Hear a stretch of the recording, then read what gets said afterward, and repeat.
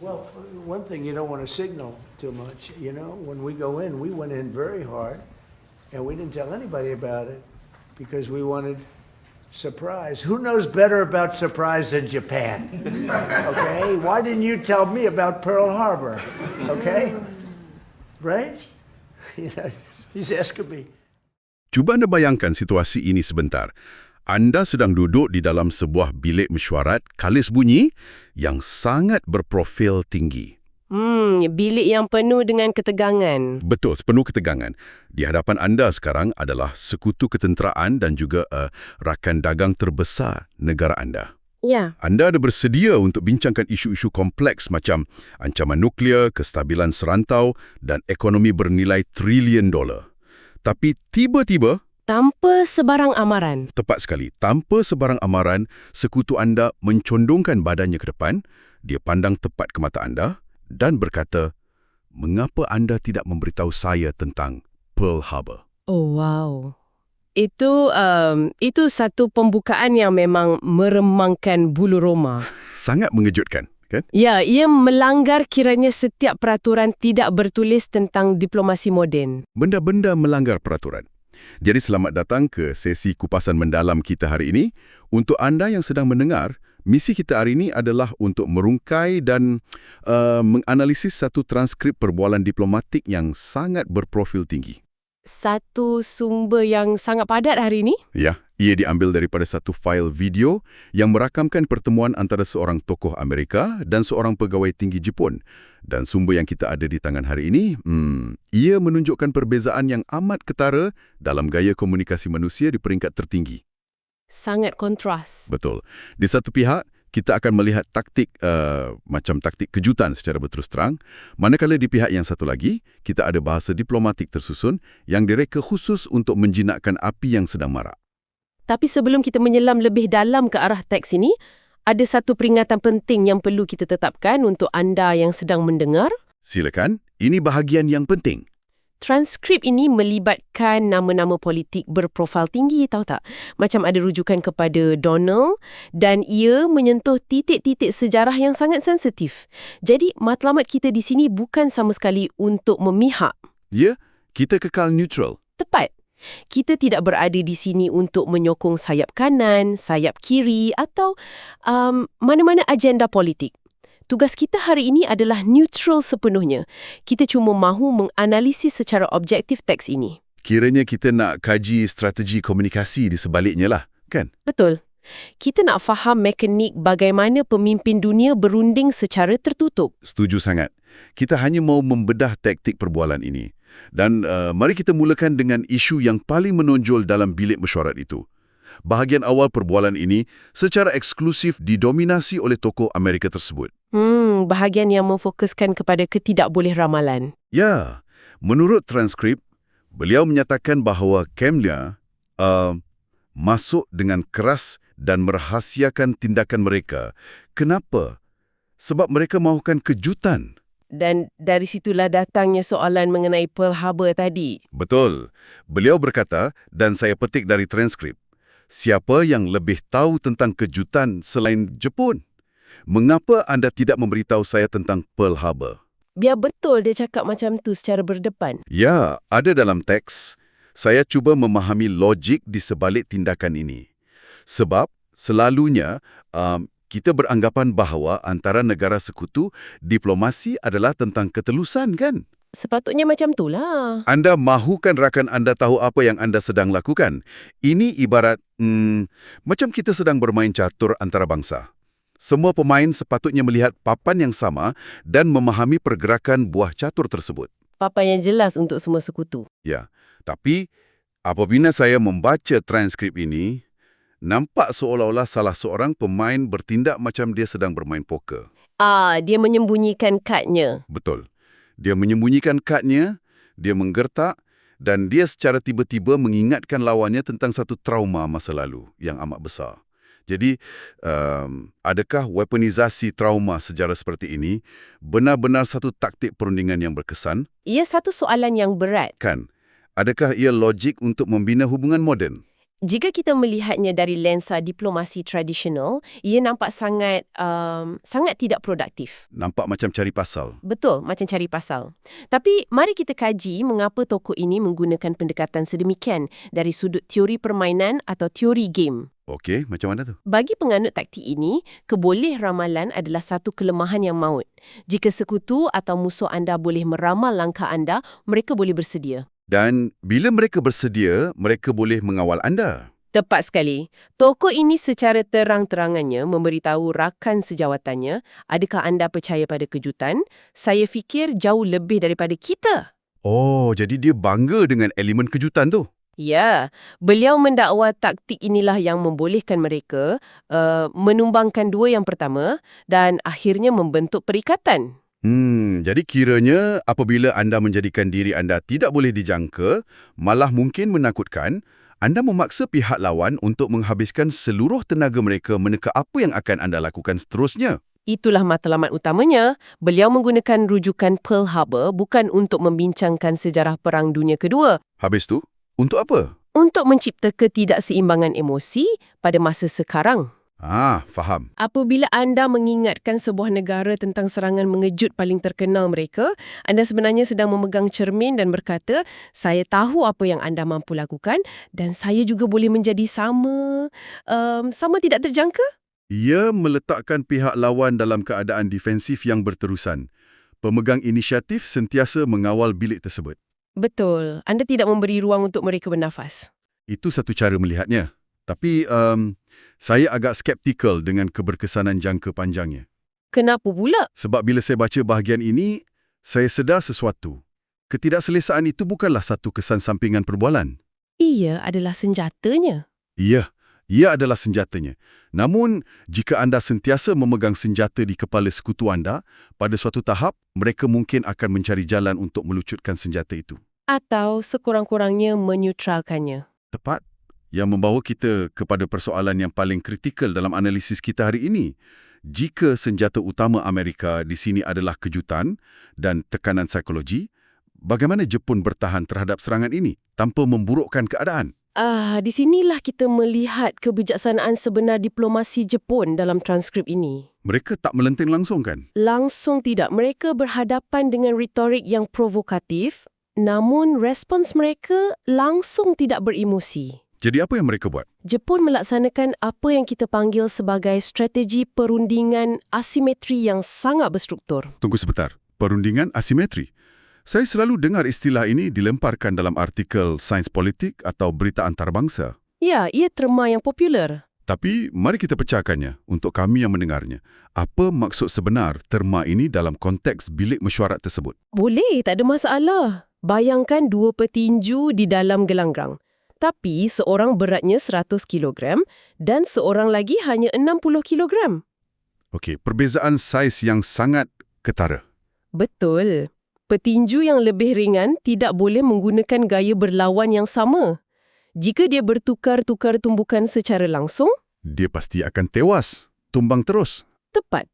Perundingan asimetri adalah cara negara yang lebih kecil atau negara yang sangat bergantung kepada kuasa ketenteraan luar berunding dengan kuasa besar. Macam Jepun yang bergantung kepada payung nuklear Amerika. Ya, tepat sekali.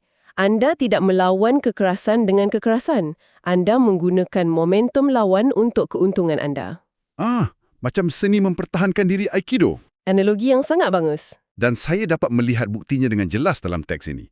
Jepun tidak membidas kembali tentang sejarah. Sebaliknya, tokoh Jepun itu memulakan responsnya dengan satu pujian yang sangat tinggi. Pujian yang melangit. Ya, beliau menyatakan, dan saya petik, hanya Donald yang boleh membawa keamanan dan kemakmuran kepada dunia.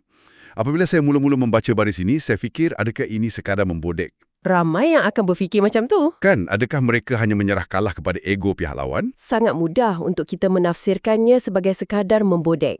Tapi di peringkat geopolitik tertinggi, pujian ekstrim seperti ini berfungsi sebagai Perisai taktikal. Perisai taktikal. Menarik. Ya, apabila anda berhadapan dengan pemimpin yang meletakkan nilai mutlak pada imej, dominasi pribadi dan kemenangan persepsi, Memberikan pengiktirafan bahawa hanya anda yang boleh menyelamatkan dunia adalah cara yang paling murah dan efektif untuk meredakan ketegangan bilik. Tepat sekali. Ia ibarat memberikan gula-gula kepada seseorang yang sedang marah supaya anda boleh mula bercakap tentang kontrak sebenar. Wow, licik juga ya. Jepun menenangkan sifat tidak boleh dijangka itu supaya perbincangan boleh beralih segera kepada hal-hal strategik yang kritikal untuk kelangsungan hidup mereka. Dan peralihan itu berlaku dengan pantas dalam teks ni.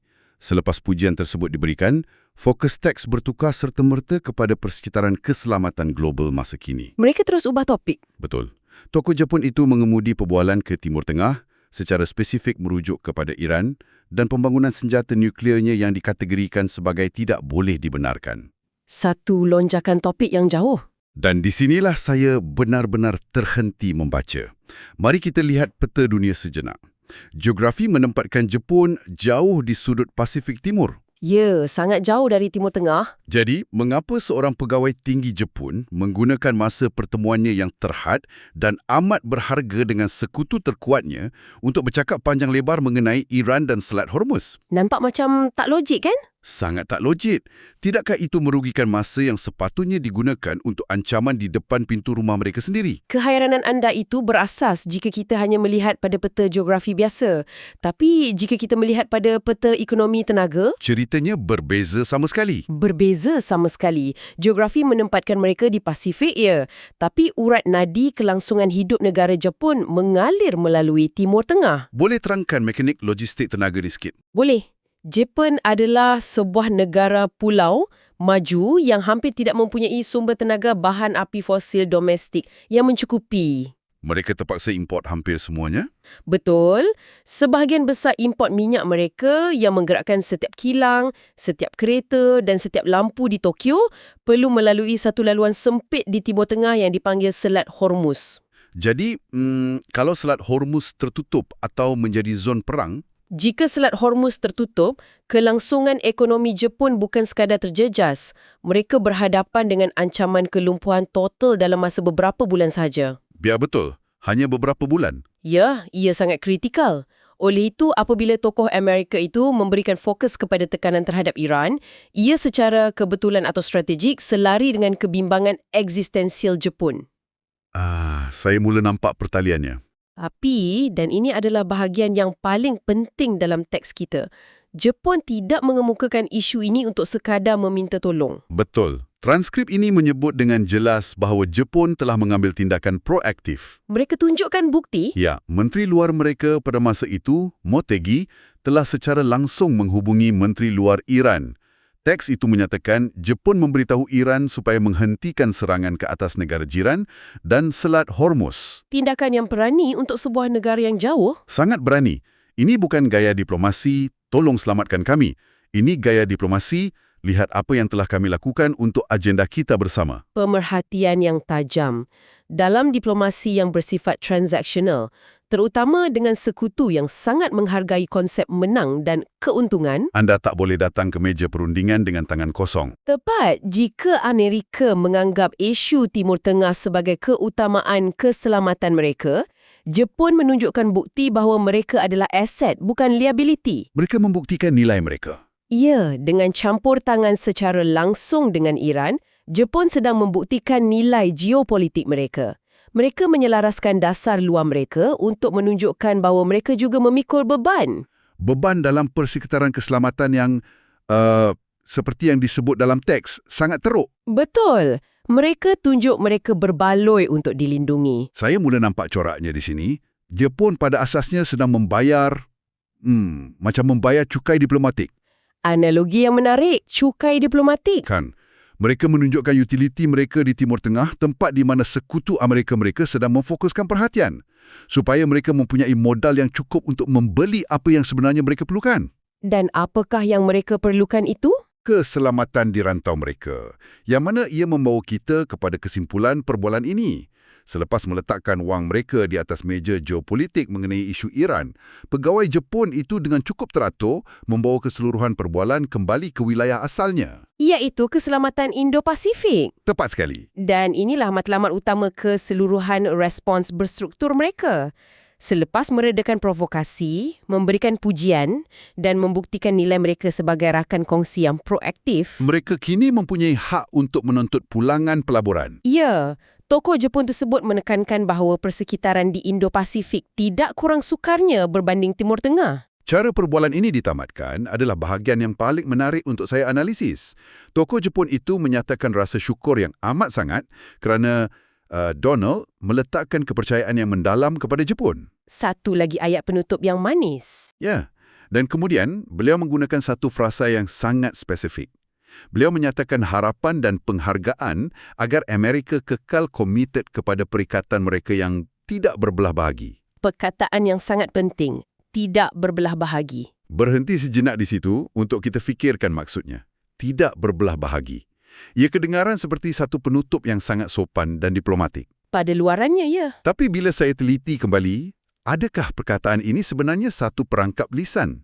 Seolah-olah Jepun cuba mengikat tangan Amerika dengan kata-kata komitmen itu sendiri. Anda menyentuh satu konsep yang pakar diplomasi panggil sebagai verbal jujitsu. Verbal Jujitsu. Ya, ia sememangnya satu mekanisme pengikat. Mari kita imbas kembali kontras dalam sumber kita. Pada awal transkrip, kita melihat pihak Amerika meletakkan nilai tertinggi pada ketidakboleh ramalan. Tindakan pantas, rahsia dan elemen kejutan. Di Indo-Pasifik, ketidakstabilan adalah ancaman maut. Jepun memerlukan pencegahan yang mutlak. Tepat. Mereka memerlukan payung nuklear Amerika untuk sentiasa berada di situ. Hari ini, esok, lusa dan tahun depan, tanpa sebarang keraguan. Jadi, mereka menggunakan bahasa kestabilan untuk melawan bahasa kekacauan. Ya, Ia macam kita menggabungkan api dan ais dalam satu bilik yang sama.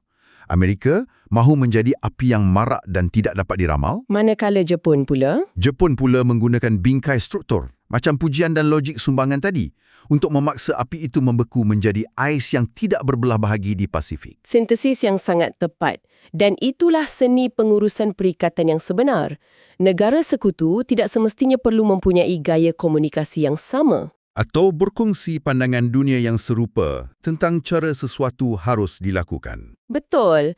Jepun sedar mereka tidak boleh mengubah sifat semula jadi sekutu mereka yang gemarkan kejutan taktikal. Jadi, mereka menguruskan kesan daripada gaya tersebut. Mereka tak melawan arus. Ya.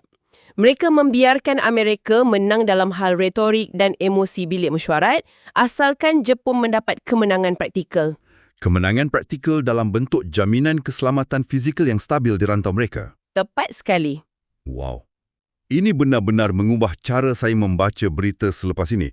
Apa yang bermula sebagai satu petikan yang kelihatan seperti dialog yang huru-hara dan penuh ketegangan dengan rujukan sejarah serangan yang tiba-tiba, Sebenarnya adalah satu tarian perundingan yang sangat canggih dan terancang. rujukan kepada Pearl Harbor itu mungkin satu ujian tekanan. Dan respon Jepun tentang Iran serta rayuan untuk pakatan yang stabil adalah cara mereka memenangi ujian tersebut. Tanpa menjejaskan maruah sesiapa. Apa yang tidak diperkatakan selalunya membawa berat yang sama dengan apa yang dilafazkan. Maksudnya?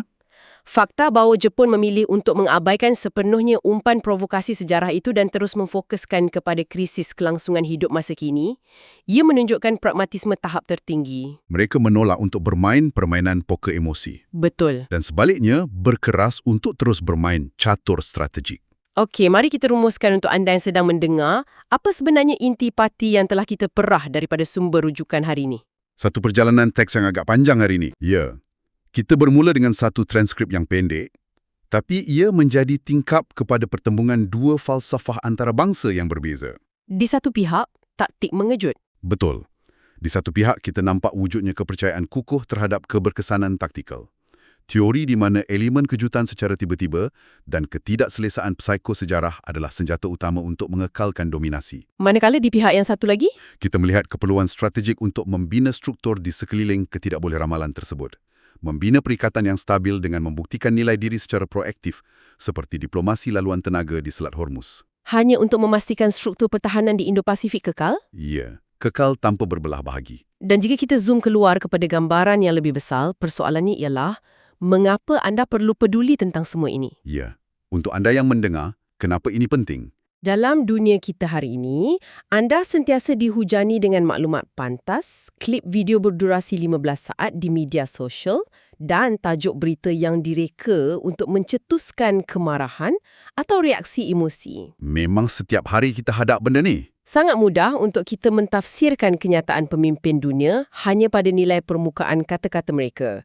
Tapi dengan memahami bagaimana mekanisme komunikasi ini berfungsi, Membezakan antara mesej tersurat seperti puji-pujian dan taktik tersirat seperti pengurusan ego. ya, ia membolehkan kita membaca di sebalik tabir. Ini memberi anda alat untuk melihat bagaimana keselamatan antarabangsa sebenarnya diselenggara. Diplomasi jarang sekali tentang siapa yang paling kuat menjerit, kan? Betul. Ia selalunya tentang siapa yang paling bijak menguruskan keadaan di dalam bilik tersebut. Dan keupayaan untuk membaca apa yang tersirat di sebalik teks rasmi adalah satu kuasa. Ia menyelamatkan kita daripada menjadi mangsa naratif yang cetek. Setuju. Sebelum kita melabuhkan tirai sesi kita hari ini, saya mahu membawa minda anda kembali ke imej awal kita tadi. Imej bilik mesyuarat di mana rujukan Pearl Harbor itu dijatuhkan ke atas meja seperti sebutir bom jangka emosi. Detik yang sangat mendebarkan. Kita telah mengupas bagaimana respons berstruktur memadamkan provokasi tersebut untuk hari itu. Tapi, saya mahu meninggalkan anda dengan satu persoalan yang mendalam untuk anda renungkan sendiri di luar sesi ini. Silakan. Jika sesebuah negara percaya bahawa elemen kejutan dan ketidakboleh ramalan adalah kelebihan taktikal tertinggi yang mereka miliki, manakala sekutu mereka meletakkan kestabilan yang tidak berbelah bagi sebagai syarat utama kelangsungan hidup. Bolehkah perikatan antarabangsa ini benar-benar bertahan dalam dekad-dekad mendatang? Atau adakah keretakan akan sentiasa muncul apabila ahli-ahlinya menghargai dua konsep susunan dunia yang bertentangan sama sekali? Sesuatu yang pasti berbaloi untuk difikirkan. Terima kasih kerana menyertai kupasan mendalam kita. Jumpa lagi.